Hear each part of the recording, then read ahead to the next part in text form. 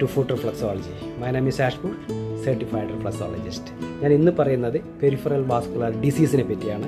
എന്ന് വെച്ചാൽ നമ്മുടെ ശരീരത്തിലെ കൈകളിലും കാലുകളിലും രക്തയോട്ടം കുറയുന്ന അവസ്ഥയാണ് ഈ പെരിഫറൽ വാസ്കുലർ ഡിസീസ് എന്ന് പറയുന്നത്. ഇതിൽ ഏറ്റവും ഇമ്പോർട്ടൻസ് ആയിട്ടുള്ള ഒരു കാണുന്നത് ഫുഡ് റിഫ്ലക്സോളജി നിങ്ങൾക്ക് തുടക്കത്തിൽ ചെയ്യുകയാണ്. ഞാൻ ആദ്യമേ ഒന്നും കൂടി പറയാം, തുടക്കത്തിൽ ഇത് ചെയ്യുകയാണ്, ഈ അവസ്ഥയ്ക്ക് തുടക്കത്തിൽ ചെയ്യുകയാണെങ്കിൽ നിങ്ങൾ എല്ലാ ഓർഗൻസിനെയും ഡാമേജ് ആകാൻ പോകുന്ന ഓർഗൻസിനെ നമുക്ക് സ്റ്റിമുലേറ്റ് ചെയ്ത് പൂർവാവസ്ഥയിൽ എത്തിക്കാനും അതേപോലെ തന്നെ സ്റ്റിമുലേറ്റ് ചെയ്ത് ബ്ലഡിൻ്റെ സർക്കുലേഷൻസ് കൂട്ടുവാനും സഹായിക്കുന്ന ഏറ്റവും ഇന്ന് വിദേശ രാജ്യങ്ങളിൽ പോപ്പുലാരിറ്റിയുള്ള ഒരു ട്രീറ്റ്മെൻറ്റാണ് ഫുഡ് റിഫ്ലക്സോളജി. ഓരോ ഓർഗൻസിനെയും സ്റ്റിമുലേറ്റ് ചെയ്യുന്ന പ്രോഗ്രാമാണ്. അത് നമുക്ക് എങ്ങനെ ചെയ്യണം, ഓരോ ആളുടെ ശരീരഘടനയെ അനുസരിച്ചാണ് ഫുഡ് റിഫ്ലക്സോളജി ചെയ്യുന്നത്. ഓരോരുത്തരും നമുക്ക് പ്രഷർ കൊടുക്കുന്നത്, എത്ര മാത്രം പ്രഷർ കൊടുക്കണം, എപ്പോഴും ലീവ് ചെയ്യണം എന്നുള്ളതിനെ ബേസ് ചെയ്തിട്ടാണ്. ഇത് തമ്പ് റോളിംഗ്, അതുപോലെ ഫിംഗർ റോളിംഗ്, അതുപോലെ തന്നെ തമ്പ് നീഡിങ് അതുപോലെയുള്ളതാണ്. ഇതിൽ മരുന്നുകളോ ലേപനങ്ങളോ മറ്റുള്ള ഒന്നുമില്ലാതെ കാലിൻ്റെ അടിയിൽ ചെയ്യുന്ന ഒരു ട്രീറ്റ്മെൻറ്റാണ്.